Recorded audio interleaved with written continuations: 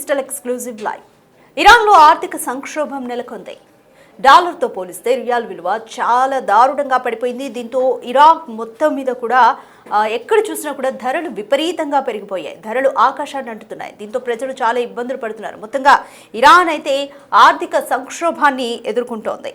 Currency విలువ పడిపోవడంతో ధరలు బగ్గుమంటున్నాయి.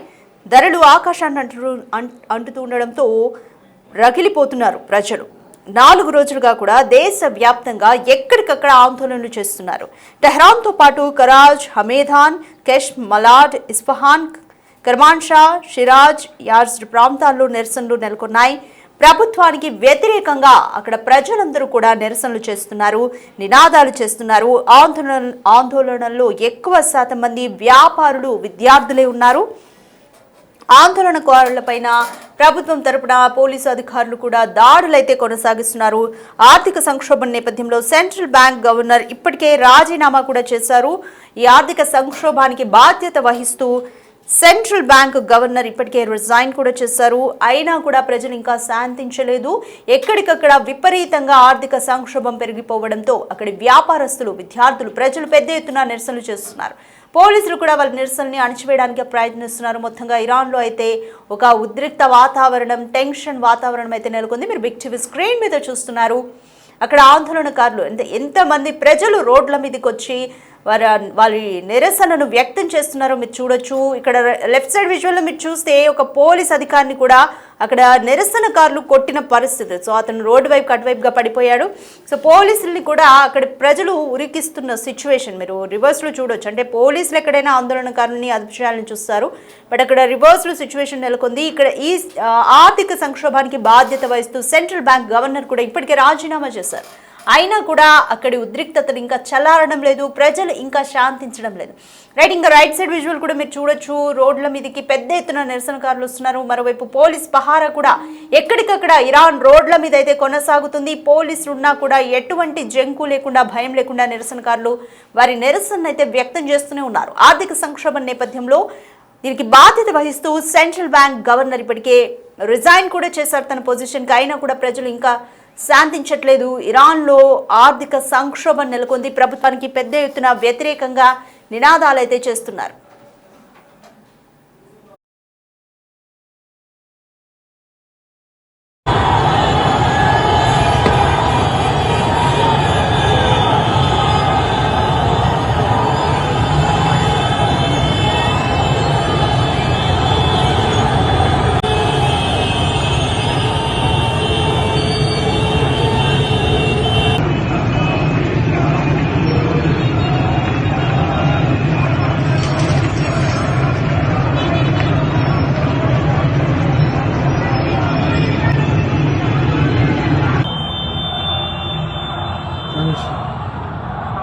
مثلا الحمد لله.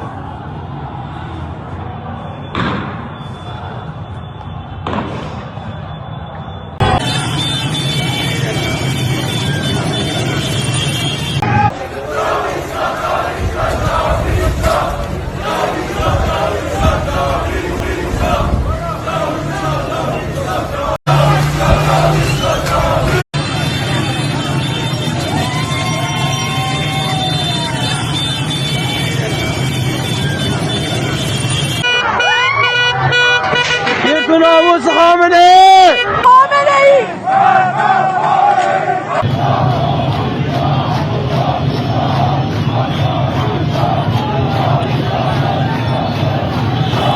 Right, ఇరాక్లో మొత్తంగా పెద్ద ఎత్తున ఆర్థిక సంక్షోభం నెలకొంది. అక్కడి ప్రజలందరూ కూడా రోడ్ల మీదకి వచ్చి వారి నిరసనను వ్యక్తం చేస్తున్నారు. అయితే ఈ ఆర్థిక సంక్షోభానికి బాధ్యతను వహిస్తూ కూడా సెంట్రల్ బ్యాంక్ గవర్నర్ రిజైన్ కూడా చేశారు తన పొజిషన్కి. అయినా కూడా ప్రజలు ఏమాత్రం శాంతించట్లేదు, పెద్ద ఎత్తున నిరసనలు వ్యక్తం చేస్తున్నారు. అలాగే గవర్నమెంట్కి వ్యతిరేకంగా కూడా నినాదాలు చేస్తున్నారు. డాలర్తో పోలిస్తే రియాల్ విలువ చాలా చాలా దారుణంగా పడిపోయింది. అందుకే ఆర్థిక సంక్షోభం నెలకొంది. రైట్, ప్రస్తుతం ఇరాక్ సిచ్యువేషన్ పైన మోర్ డీటెయిల్స్ మా ప్రతినిధి శివాని అడిగి తెలుసుకుందాం. రైట్ శివ, ఇరాన్లో పెద్ద ఎత్తున ప్రజలైతే రోడ్ల మీదకి వచ్చి వారి నిరసన వ్యక్తం చేస్తున్నారు. కొన్ని చోట్ల మన స్పాట్స్లో కూడా చూసాము. పోలీసుల్ని కూడా వారు రివర్స్లో ఉరికిస్తున్న పరిస్థితి నెలకొంది అక్కడ. సో ఎప్పుడు ఈ పరిస్థితి అంతా అదుపులోకి వచ్చే ఛాన్స్ ఉంది? ఇరాన్ సర్కార్ ఎటువంటి చర్యలు తీసుకోబోతుంది అనుకోవచ్చు? కొనసాగుతుంది. డాలర్ తో పోలిస్తే రియల్ విలువ అనేది దారుణంగా పడిపోయినట్టు కూడా తెలుస్తుంది.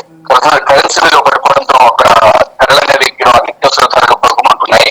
ఇక ధరలు ఆకర్షణ అంటతో అక్కడ ప్రజలందరూ కూడా రగిలిపోతూ ఉన్నారు. ప్రభుత్వానికి వ్యతిరేకంగా నిరసన తెలియజేస్తున్నారు. అంటే గత 4 రోజులుగా దేశవ్యాప్తంగా ఎక్కడికెక్కడ ప్రజలు ఆందోళన చేస్తున్నారు. టెహరాన్తో పాటు అటు అమీరాన్, ఇస్లో, మరాఠ్, ఇస్లామాబాద్ ప్రాంతాల్లో వాళ్ళతో కూడా రోడ్లపైకి వచ్చి నిరసన చేస్తున్నారు. ప్రభుత్వానికి వ్యతిరేకంగా నినాదాలు చేస్తున్నారు. మరి ఎక్కువ శాతం మంది వ్యాపారులు, విద్యార్థులే ఎక్కువ ఆందోళనలో పాల్గొన్నారు. ఆందోళనకారులపై ఈ దాడులు కూడా కొనసాగుతున్నాయి. ఆర్థిక సంక్షోభం నేపథ్యంలో ఇప్పటికే సెంట్రల్ బ్యాంక్ గవర్నర్ రాజీనామా చేశారు. ఆయన ప్లేస్ లో కొత్త గవర్నర్ గా మాజీ మంత్రి బాధ్యతలు చేపట్టారు. ఆయన కూడా ఇటువంటి సాధారణ పరిస్థితులు నెలకొనలేదు. ప్రధానంగా ఆర్థిక సంక్షోభానికి కారణం రియల్ డాలర్ విలువ పోలిస్తే రియల్ విలువ పడిపోవడం ప్రధాన కారణంగా కూడా తెలుస్తున్నారు.